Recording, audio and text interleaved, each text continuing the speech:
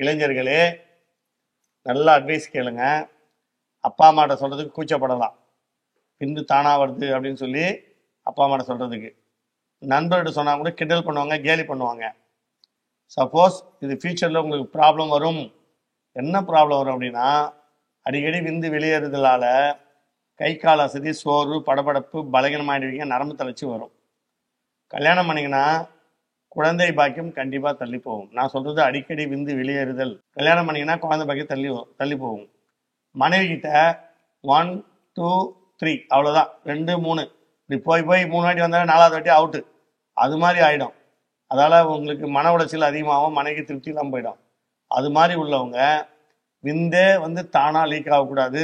Minimum 20லேருந்து 25 நிமிஷம், 1/2 hour நல்லா enjoy பண்ணிட்டு தான் விந்து வரணும் அப்படின்னு நீங்கள் நினச்சிங்கன்னா என்கிட்ட வாங்க.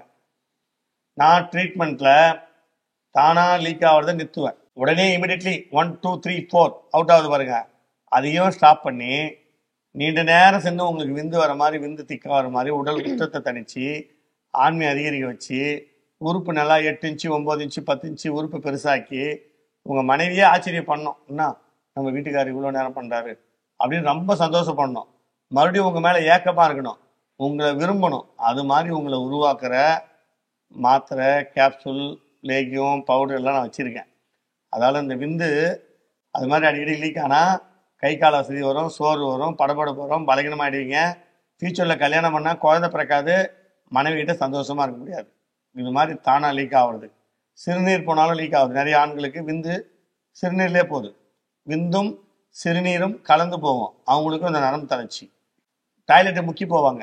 பாத்ரூம் சில பேருக்கு போக முடியாது, டைட்டாக போவோம். மோஷன் டைட்டாக போகும்போது ரொம்ப முக்குவாங்க பாருங்கள், அப்போவும் அந்த விந்து ரிலீஸ் ஆகும். அது மாதிரிலாம் இருந்துச்சுன்னா கேர்லெஸ்ஸாக எடுத்துக்காதீங்க.